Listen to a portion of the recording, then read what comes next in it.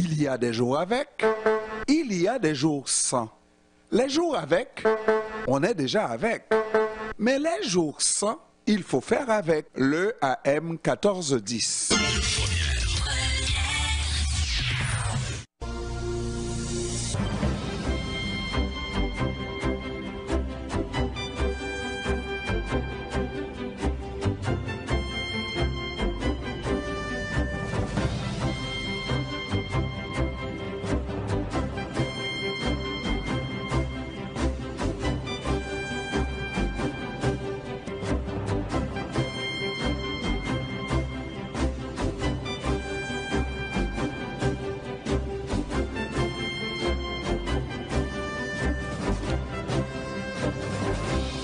Exactement, 16h36, nous avons avec nous en visuel le professeur Jacques Roy, qui est professeur titulaire au département de gestion des opérations et de la logistique à HEC Montréal. Bon après-midi, professeur Roy.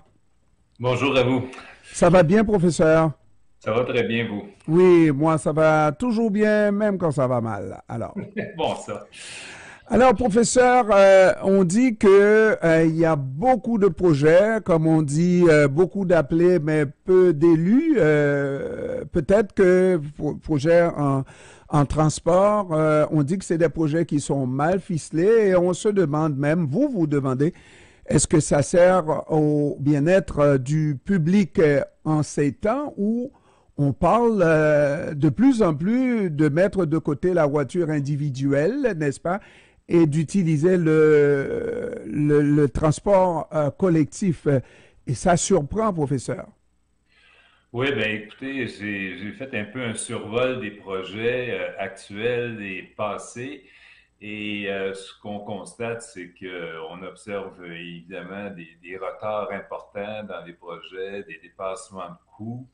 Et souvent, malheureusement, des projets qui ont été mal justifiés, dont la raison d'être n'a pas toujours été démontrée. Parce que ce qu'on se rend compte, c'est que les études de marché, les besoins sont pas nécessairement bien établis pour justifier de tels projets. On peut penser évidemment au troisième lien à Québec qui a fait l'objet de toutes sortes de péripéties, des tunnels, des ponts, etc., alors que les études n'avaient pas été publiées ou encore n'existaient pas. Et lorsque finalement on a publié les études, on s'est rendu compte que la demande n'était pas suffisante.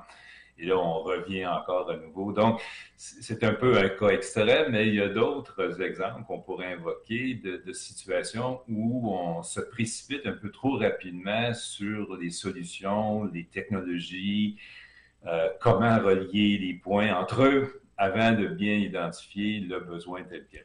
Mais à la vérité, moi-même et vous aussi, probablement, vous auriez utilisé, parce que je prends pour acquis que vous avez encore votre auto, j'aurais certainement utilisé le transport en commun si ça pouvait me prendre d'un point à un autre sans avoir à trop marcher, etc., traverser. Certainement, les projets de transport collectif sont toujours louables, mais maintenant, qu'est-ce que ça prend pour que ça soit utile et qu'on rationalise ces dépenses, parce qu'il s'agit quand même de gros sous dans le sens des besoins de la population. Tout à fait. C'est pour ça que moi, ce que je propose, c'est qu'on prenne le temps de bien justifier ces projets-là. Comme vous le dites, on n'a pas, dans les circonstances actuelles, avec les déficits, les finances publiques, on ne peut pas se permettre de réaliser tous les projets qui sont mis de l'avant. Il y en a partout, dans l'est de la ville, dans le sud-ouest, sur la rive sud, à Laval, à Québec, à Gatineau. Donc, on n'aura pas suffisamment de ressources pour tout faire. Et parfois aussi, encore une fois, on se précipite un peu trop en se basant sur ce qui se fait ailleurs. Beaucoup de nos concitoyens vont en Europe, ailleurs dans le monde, et reviennent avec plein d'idées. Ils se disent, bon, ben, en Europe, ils ont les tramways qui connectent l'aéroport ou le train au centre-ville. Alors, pourquoi nous, on n'en a pas? Ben, souvent, il y a des bonnes raisons pourquoi on n'en a pas. Par exemple, à Montréal, l'aéroport est tout près du centre-ville. Et on peut démontrer, études à l'appui, que les navettes ferroviaires fonctionnent mieux lorsque l'aéroport est plus loin du centre-ville, comme à Oslo. Alors que si le taxi coûte 40 et que vous devez payer le juste prix, soit 15 à 20 pour utiliser le train, ben, il n'y a pas grand monde qui va l'utiliser.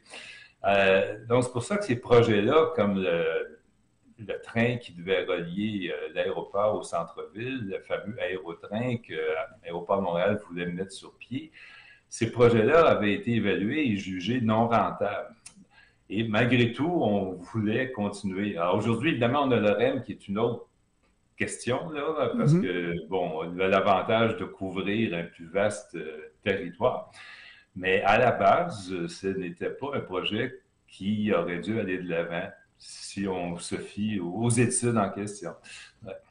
Vous êtes professeur et votre travail, c'est de rationaliser les coûts et regarder effectivement ce qui peut être fait et qui devrait être fait à moindre coût, mais dans toujours l'intérêt de la population. Cela dit, est-ce qu'il ne faut pas prendre l'aspect politique de tout temps? La politique, c'est elle qui mène. Et puis, du temps où je n'étais pas encore né québécois, il semble qu'on ait fait plusieurs élections sur des promesses d'infrastructures, de ponts, de routes. Et aujourd'hui, c'est le transport collectif qui est à la cote. Est-ce qu'il ne faut pas tenir compte de cet aspect-là de la politique?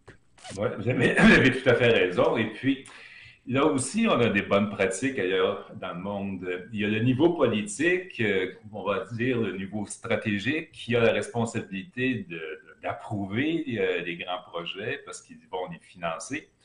Une fois que ces projets ont été justifiés et approuvés, il ne faut pas que la politique s'en mêle.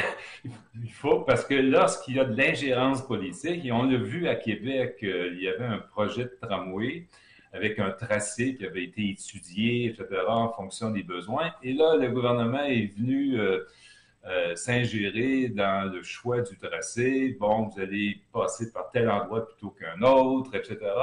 Ça vient retarder les projets, ça vient ajouter des coûts.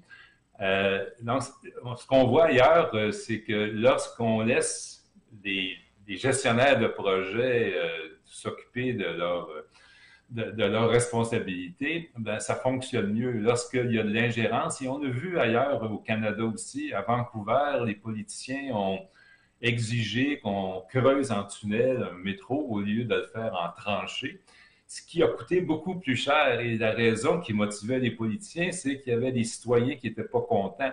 Donc, ils voulaient faire plaisir aux citoyens, mais ça a coûté énormément cher. Donc, vous avez raison, il y a de la politique et on promet souvent parce que c'est spectaculaire, hein, un tramway, un métro, etc. Ça frappe l'imaginaire. Mais est-ce que c'est vraiment le meilleur moyen de répondre aux besoins? Au Québec, on a eu des trains de banlieue qui ont très bien fonctionné, qui répondaient à un réel besoin, puis les gens l'utilisaient parce que, comme vous disiez tantôt, c'était plus rapide qu'en auto. Et donc, on a connu beaucoup de succès avec les trains de banlieue. Et pourtant, les gens réclamaient des tramways. Mais en Europe, le tramway, ça joue un peu le même rôle qu'un train de banlieue. Donc, parfois, on se laisse impressionner par ce qu'on voit ailleurs. Et bon, je ne parlerai pas du TGV non plus, où les gens se disent, bon, pourquoi on n'en a pas chez nous, ils en ont en Europe? Ben, il y a peut-être des bonnes raisons pourquoi on n'en a pas. Mais maintenant, j'ai l'impression que la population est de plus en plus consciente qu'il faut prendre des mesures pour être un peu plus indulgent par rapport à l'environnement, par rapport à nous-mêmes et la survie sur cette terre. Et est-ce que il ne faudrait pas justement qu'on fasse appel à la conscience citoyenne de ces dirigeants-là pour qu'ils soient plus sérieux dans leur démarche, avec moins de démagogie et moins de promesses en l'air, etc. Est-ce qu'il ne devrait pas y avoir des gens comme vous qui dites les choses crûment, comme vous êtes en train de le dire, parce que ce que vous faites là cet après-midi, c'est certainement pas l'apologie pour le gouvernement du troisième lien, là. Non, et vous avez raison. Et bon, c'est un peu notre rôle comme universitaire, comme chercheur, de mettre en perspective, d'éclairer la population sur ces enjeux-là et les gouvernements aussi. Ce sont des choix, et c'est des choix coûteux. Dans mon étude, je cite le cas des autobus électriques. À première vue, ça semble une très bonne idée d'électrifier tous les autobus, mais ça va coûter plus de 5 milliards. Et j'ai une collègue de Polytechnique qui dit, bon, ben OK, ça représente 0,4% des émissions de gaz. Peut-être qu'il vaudrait mieux améliorer le transport en commun, comme vous disiez, pour encourager plus de gens d'abandonner l'automobile. Ça serait plus rentable pour l'environnement que de consacrer autant d'argent à électrifier les autobus. Les autobus hybrides sont quand même raisonnables en termes d'impact. Donc, c'est des questions de choix. Et parfois, on fait le choix politique de plaire aux gens, d'investir dans ce qu'ils voient comme étant quelque chose de spectaculaire. Et c'est un peu la même chose, bon, on sort un peu du sujet, mais avec le TGV, moi, je pense que ça serait plus rentable pour l'environnement de travailler à électrifier les camions lourds qui circulent entre Montréal et Toronto. Ils émettent énormément plus de pollution que l'avion, même si ça peut sembler paradoxal. Donc, il faut faire des bons choix. Et on n'a pas tant d'argent, on n'a pas tant de ressources à consacrer. Il faut les consacrer aux bons endroits. Et dans le même discours, il y a aussi l'entretien des infrastructures. C'est bien le métro, mais bon, il a 60 ans, notre métro, il a besoin d'entretien. Et là aussi, on parle d'au-dessus d'1 milliard de dollars qu'on devra investir dans la mise à jour du métro. Et ça, c'est pas spectaculaire. Il n'y aura pas de politiciens qui vont venir couper les rubans puis faire des grandes annonces. C'est un peu désolant. C'est comme quand vous devez réparer le toit de votre maison. Ça paraît pas une fois que c'est fait, alors que se construire une belle piscine dans la cour, ça, c'est vraiment agréable. Alors, c'est un peu ça. Donc, les politiciens sont attirés vers des projets qui sont spectaculaires, qui vont attirer l'attention, qui vont attirer la faveur des citoyens, des électeurs. Mais ils sont confrontés aussi à ces choix, puis j'espère qu'ils feront des bons choix. Et c'est des choix avec lesquels on va devoir vivre longtemps, n'est-ce pas, étant donné le coût de ces infrastructures-là.